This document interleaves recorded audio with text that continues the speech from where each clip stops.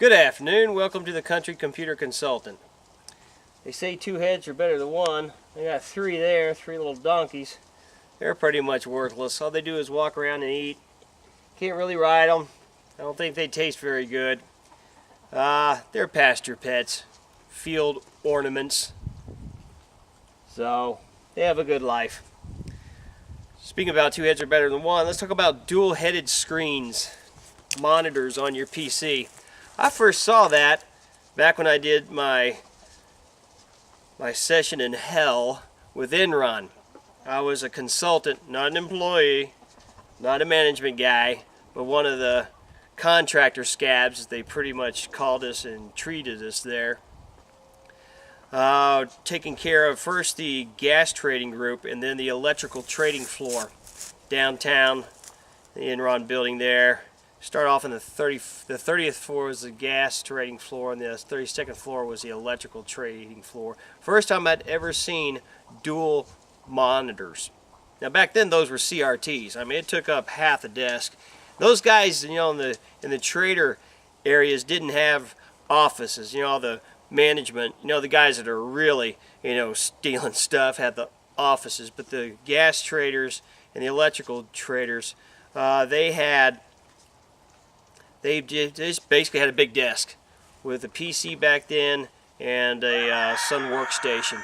This was back in early 90s, 93, 94, 95 when I was taking care of them, when they really started up going like gangbusters. Hence the word gang. Anyway, that's when we first saw a lot of the dual monitors. A few years later, Enron Broadband came along. They dragged me back there to do a network map. That's when I really saw the writing on the... There's a rooster behind the camera. He'll do it 2 more times at least.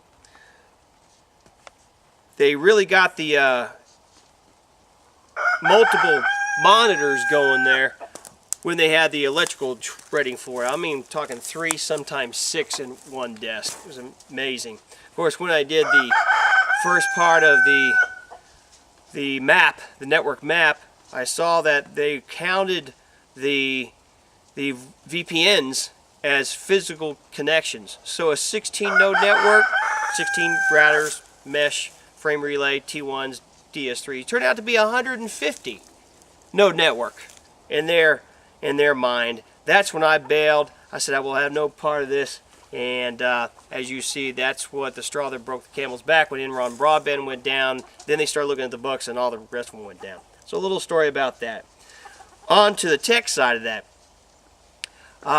Since the monitors back then, they're almost $1,000 a piece for a 17, 19 inch. Now Walmart for $150 for a good 19 inch. A lot of my clients out here now, we've pretty much got rid of all of the CRTs. Basically, a lot less room. They're cooler, easier on the eyes. They look better. Cooler being heat, they generate less heat. Plus, they look cool.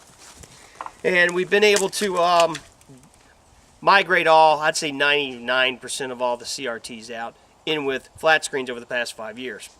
Next step is dual monitors. Of course, a lot of the enterprise world had this 10, 15 years ago, like I said, with Enron and some of the oil companies I took care of, BP, Exxon, those type of companies, Amoco before BP bought them.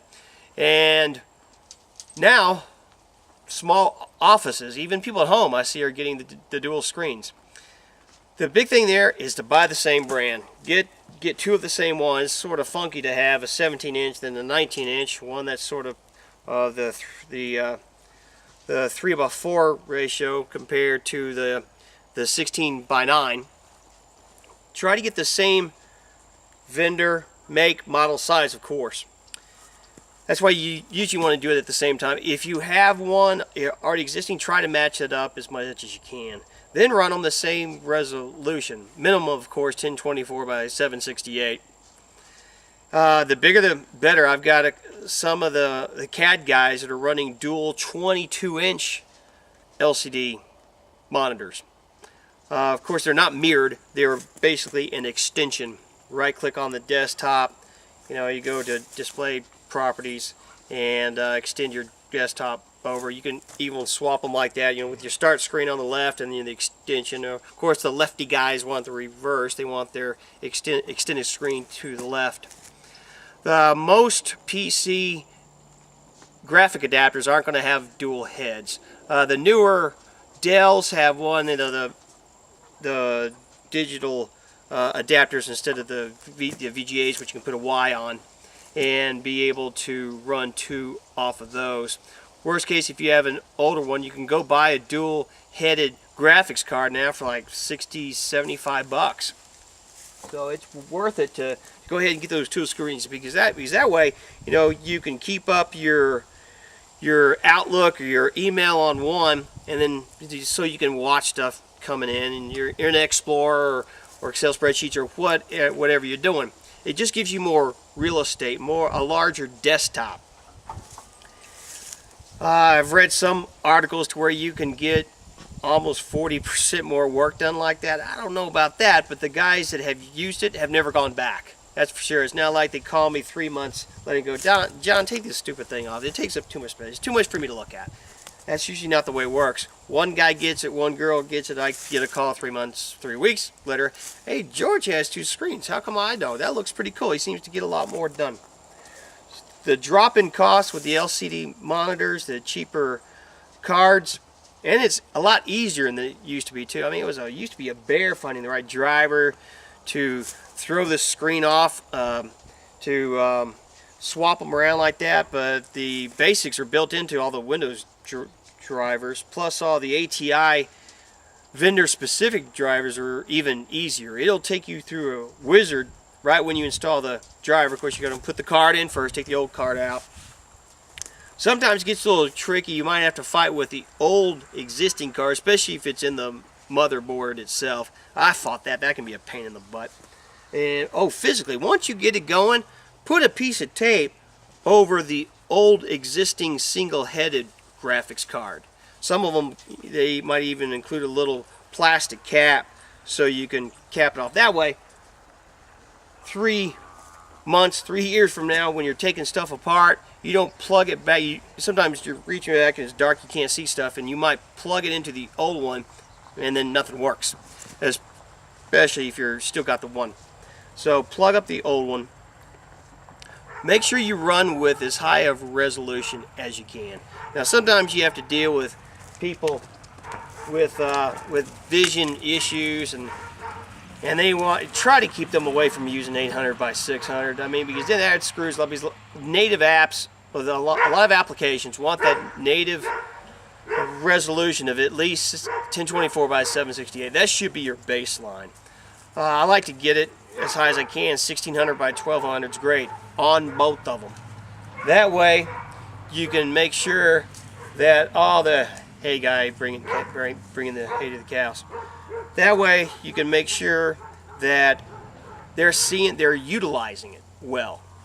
You can get a lot more screens because your window, you get more logical windows on one physical screen. With 2 physical screens, you can see a lot of stuff going on at one time. Especially if you're one of these gambling type people that want to do day trading or some sort of financial stock trading.